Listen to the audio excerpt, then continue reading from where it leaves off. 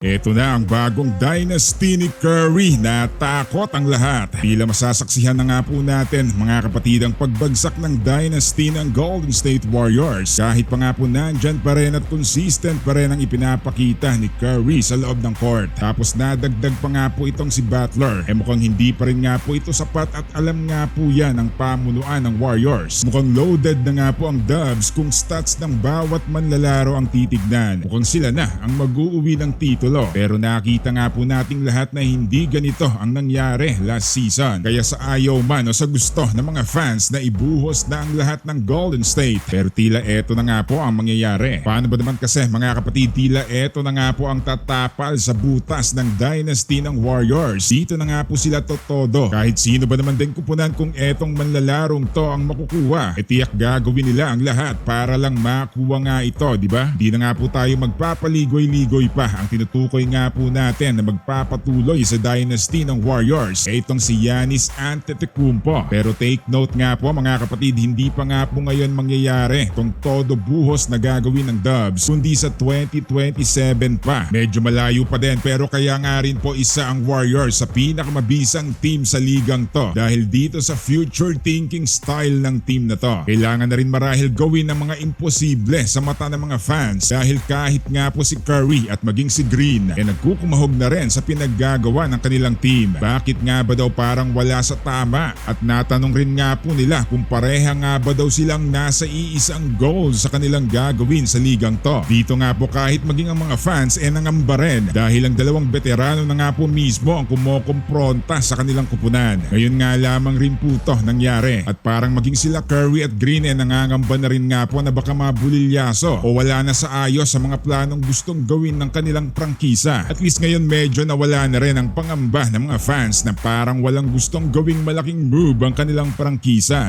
Kahit pa nga po malayo pa din, at least nga po meron na tayong alam na kung ano ang pinakapinaghahandaan din ng Warriors team. Marahil ganito rin nga po ang nasa isip ng ibang kupunan, pero mukhang mas iba rin para sa Warriors. Kumbaga advance na advance kung mag-isip dahil 2 taon pa nga po ang pwedeng mangyari dito at alam rin nga po natin sa liga na lahat nga po pwedeng biglang mangyari rin, di ba? Baka hindi na rin nga po umabot pa ang 2 years makuha na nga rin po nila si The Greek Freak, di ba? Pero tignan na lang natin, marahil ang iba hindi na rin nga po nabigla sa balak ng Warriors dahil matagal na nga rin po nilang hangad ditong si Antetokounmpo.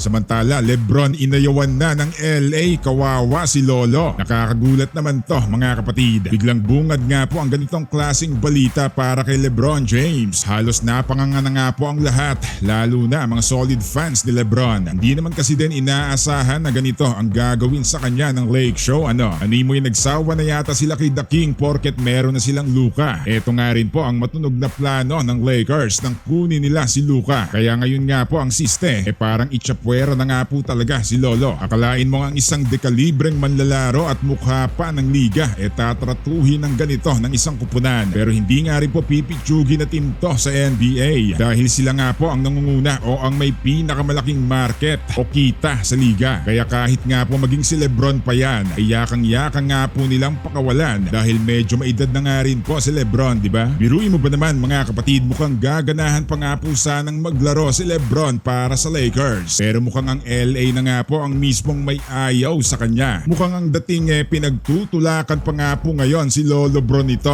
porket nandyan na nga naman sa kanila at mas bata pa na si Luka Doncic.